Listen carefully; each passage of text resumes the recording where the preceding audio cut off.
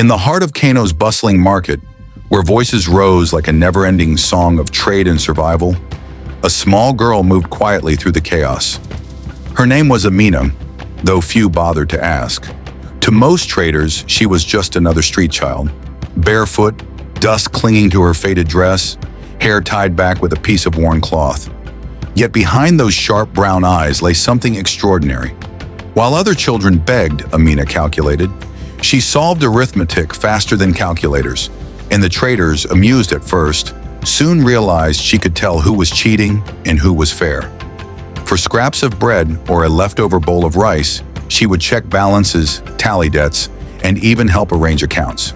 She had no school uniform, no notebooks, no teacher, but she had brilliance, and she had hunger, both in her belly and in her mind. That same hunger led her each evening to the smoky stall of Mama Talatu, a kind but stern food seller who let her sleep in a corner after the customers had gone. Mama Talatu never asked questions about where Amina came from. She only said, "As long as you respect yourself and work hard, my roof will not reject you." To Amina, those words were shelter, warmer than the mat she lay on at night. Far away from the dust and cries of the market, behind towering iron gates and walls that reached for the sky, another girl lived a life that seemed golden. Her name was Leila, daughter of Honorable Waziri, one of the most powerful politicians in the region.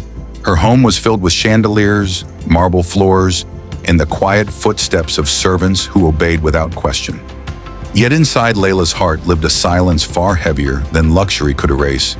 At 15, she was expected to excel at everything.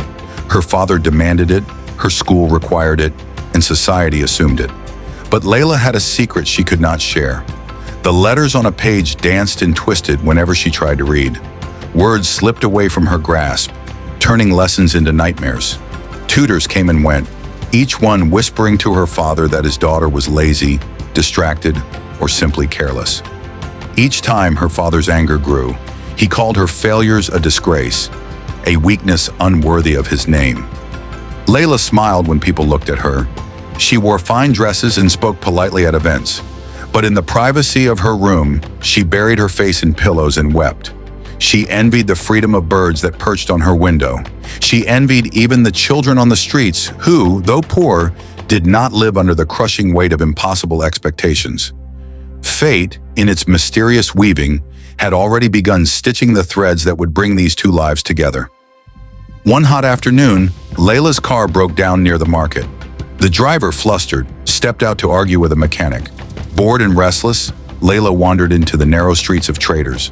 The noise overwhelmed her, the cries of women selling vegetables, the clatter of metal pots, the smell of roasted maize. She pulled her shawl tighter, hoping no one recognized her. That was when she saw Amina. The girl was crouched beside a yam seller, chalk in hand, scribbling numbers on a piece of broken slate. 2 baskets at 1,200 each, minus the loan of 500, plus today's sales. She muttered the totals like a song, and the yam seller nodded, satisfied. Leila watched in amazement. She had spent hours struggling with far simpler equations in her textbooks. Yet here was a barefoot child solving problems faster than her own tutors. Their eyes met for a moment. Leila looked away quickly, but something in Amina's steady gaze unsettled her. It wasn't shame, nor fear. It was confidence. Later that week, Leila returned secretly, under the excuse of shopping. She found Amina again, and with hesitant words, asked if she could help her. Not with buying yams, but with her studies. Amina laughed at first, thinking it a cruel joke. How could a rich girl seek help from her? But Leila's eyes were desperate, and desperation spoke a language Amina understood too well. So under the shade of an old mango tree at the edge of the market, their lessons began. Leila brought books, heavy with dust, that she could barely open without trembling. Amina, curious, flipped through the pages. She could not read all the words, but she saw the numbers, the patterns, the logic hiding within. Patiently, she guided Leila through simple steps, counting, breaking problems into smaller pieces, using pebbles as markers. Leila struggled, her cheeks burning with shame, but Amina's voice was steady, neither mocking nor pitying. Day after day, they met in secret. Leila brought snacks from her home, which they shared quietly. Amina brought scraps of knowledge she had gathered from watching traders, overhearing students, and solving puzzles in her own mind. Slowly, laughter replaced fear. For the first time in years, Leila felt seen, not as her father's failing daughter, but as herself. For the first time in her life, Amina felt valued, not as a street girl surviving on leftovers, but as a teacher, a friend. But secrets have shadows, and shadows always grow. For weeks, the girls met in the hidden corner of the market, their unlikely friendship blossoming beneath the mango tree. The rhythm of their meetings became sacred, two worlds colliding, yet somehow fitting together. Amina brought clarity where confusion clouded Leila's mind, and Leila offered food, pens, and sometimes just the gift of listening. But secrets are fragile things, and the walls of wealth and power have ears sharper than the streets. Honorable Waziri began to notice a change in his daughter. Leila's tutors reported progress, though none could explain it. She answered questions she once avoided, her eyes no longer blank with despair. To her father, this was both a relief and a puzzle. He was not a man who believed in miracles. He suspected something, or someone, was influencing her. And in Waziri's world, influence meant danger. One evening, as the sun set over the golden domes of the city, Waziri called his daughter into his study. His voice was calm, too calm. "Leila," he said, stroking the edges of a leather-bound book, "your improvement pleases me. But tell me, who has been helping you?" Leila's heart pounded. She forced a smile, muttering something about paying more attention to her tutors. Waziri's eyes narrowed. He had lived too long in the world of politics to be fooled by half-truths. Still, he said nothing. Instead, he called in one of his aides later that night. A quiet instruction was given. "Follow her. Find out everything." Meanwhile, on the streets, Amina was facing shadows of her own. A boy named Musa, a restless market runner, had grown jealous of her new friendship. He noticed the snacks she shared, the way Leila slipped her books, and the glow of joy that followed their meetings. One evening, cornering Amina behind a stall, Musa sneered. "So the big man's daughter is your friend now? You think you're better than the rest of us. Maybe I should tell her father what you're doing, unless you share what she gives you." Amina's fists clenched. She had fought hunger, cold nights, and insults her whole life. But this was different. This was betrayal, born not from strangers, but from envy close to home. Still, she said nothing. She knew silence was often stronger than words. But inside, fear began to grow. Days passed and Leila struggled more than ever to keep their friendship hidden. Her father's questions lingered in her ears. She began sneaking out only when she was sure the driver's back was turned. She wore plainer clothes, covering her face with a scarf. Yet each time she walked into the market, her heartbeat raced with the thrill of rebellion and the terror of discovery. One afternoon, as the two sat under the mango tree, Amina explained a math problem using tiny stones. "See, if you cannot read the numbers clearly, touch them. Count them? Feel them with your fingers. The world is not only what you see, it is also what you can hold." Leila laughed softly. "You make it sound so simple." Amina smiled. "Life is simple. People make it difficult." It was in that very moment, when laughter mingled with hope, that a camera clicked from afar. One of Waziri's men, hiding among the traders, captured the forbidden sight. The billionaire's daughter sitting cross-legged with a barefoot street girl, their heads bent close together like sisters. By nightfall, the photographs were on Waziri's desk. His jaw tightened as he stared at them, veins pulsing at his temple. Rage filled him, not just at the sight of his daughter mingling with a child of dust, but at the thought that she had lied to him, defied him. To him, it was more than disobedience, it was humiliation. The next morning, he summoned Leila. The photographs lay spread across his desk like evidence in a trial. "What is this?" he thundered. Leila froze. She searched for words, but none came. The silence was confession enough. Waziri's fist slammed against the desk. "Do you know what shame you bring to this family? My daughter sitting in dirt, consorting with a beggar? You will never see her again." Tears blurred Leila's vision, but her voice trembled with defiance she had never dared before. She is not just a beggar. She is the reason I can finally learn. She is my friend. The word friend echoed through the cold room like a rebellion. Waziri's face darkened. He ordered the gates locked. The drivers instructed, the servants warned. His daughter was now a prisoner in her own mansion. Every step watched, every call monitored. On the other side of the city, Amina waited under the mango tree for hours. Leila never came. For days she returned, only to be greeted by silence and dust. Her heart ached with confusion. Had Leila abandoned her? Had the friendship been nothing more than a rich girl's passing game? Mama Talatu noticed the sadness in her eyes. "Child," she said one night as they closed the stall, "the rich have their world and we have ours. Their walls are high for a reason. Do not let your heart be crushed against them." But Amina's spirit was restless. For the first time in her life, she had tasted what it meant to be valued. Not as a burden, but as a mind, as a person. She could not let it vanish so easily. Meanwhile, Leila, locked in her mansion, scribbled a letter late one night.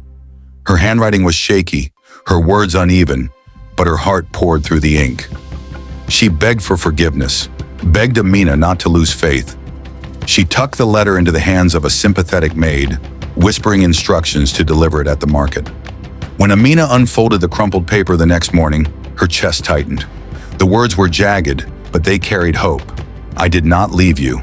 I am trapped. But I will find a way. Please wait for me." And so, despite walls, despite orders, despite envy and betrayal, the thread of their bond pulled tight once more. Yet neither girl knew how sharp those threads would soon become, cutting into the flesh of family, pride, and power. Because Honorable Waziri was not done, and Amina's world was about to be shaken in ways she could never imagine. The days that followed were heavy with silence. Leila was watched like a prisoner, her every move chained by her father's suspicion. She ate alone, studied under the watch of stern tutors, and walked through her mansion like a bird with clipped wings. The letter she had sent to Amina gave her strength, but every night she lay awake, staring at the ceiling, wondering how long she could endure the weight of her father's iron will. Amina too felt the change. Though the letter had reassured her, doubt crept in like shadows at dusk. The market boys mocked her, whispering that the rich girl had abandoned her. Musa, jealous and bitter, spread rumors that Amina had sold her dignity for scraps. Yet Amina held on to hope, clutching the torn letter like a lifeline. Each morning she sat under the mango tree, whispering to herself, "She will come," she promised. But promises are fragile things, and fate was not finished testing them. One evening, when the air was thick with the scent of fried groundnuts and the market was closing, Amina heard a familiar rustle behind her. Leila stood there, breathless, her shawl drawn tightly around her face. She had slipped past the guards, bribed the driver, and escaped into the city. For the first time in weeks, the two friends embraced, their laughter mixing with tears. "I thought I'd never see you again," Amina whispered. "I told you," Leila replied, her voice trembling. "I will always find a way." That night, beneath the moonlit mango tree, they made a vow, not just of friendship, but of defiance. They would not allow walls of wealth or chains of poverty to tear them apart. They would fight for each other, whatever the cost. But shadows had already gathered around them. One of Waziri's men, following his daughter, had witnessed her escape. By dawn, the news reached the mansion. The politician's fury was like a storm. His voice thundered through the halls as he summoned his daughter. "You dare disobey me again? You sneak into filth, into the gutters of the city, to meet that street rat? Enough!" Leila stood her ground, trembling but unbroken. "She is not filth. She is my friend. She is the reason I can learn. Without her, I am nothing." Her father's face turned crimson. In his eyes, friendship was weakness, defiance was treason, and poverty was a stain to be erased, not embraced. That night, he gave an order that would change everything. The next day, as Amina walked back from the well, two policemen seized her. She kicked and screamed, but their grip was iron. The market women protested, shouting that she was just a child. But the officers dragged her away, throwing her into a dim, foul-smelling cell. Fear clawed at her chest. She had known hunger, cold, even cruelty, but never prison. The iron bars seemed to mock her brilliance, reducing her to nothing more than a caged bird. Alone in the darkness, she whispered Leila's name, wondering if her friend even knew what had happened. When Leila discovered the truth, her heart shattered. She ran to her father's study, tears streaming down her cheeks. "Release her," she begged. "She has done nothing wrong." But Waziri's expression was stone. "She is a distraction. She poisons your mind. If you wish to succeed, you must cut her away." Leila's voice shook with a courage she never knew she had. "No, you are wrong. Without her, I would still be broken. She gave me strength when you only gave me fear. If you do not release her, I will make sure everyone knows the truth." Her father's hand trembled with rage, but for the first time, he hesitated. Leila's defiance was no longer a child's tantrum. It was a threat. Outside the mansion, news of Amina's arrest spread like wildfire. Mama Talatu, fierce and unyielding, refused to stay silent. She gathered the market women, their voices rising like thunder. They marched to the police station, carrying pots, pans, and placards, chanting for Amina's release. Their cries drew the attention of passers-by, journalists, and soon the story spilled into the airwaves. A street girl imprisoned for teaching? A child punished for helping the daughter of the rich?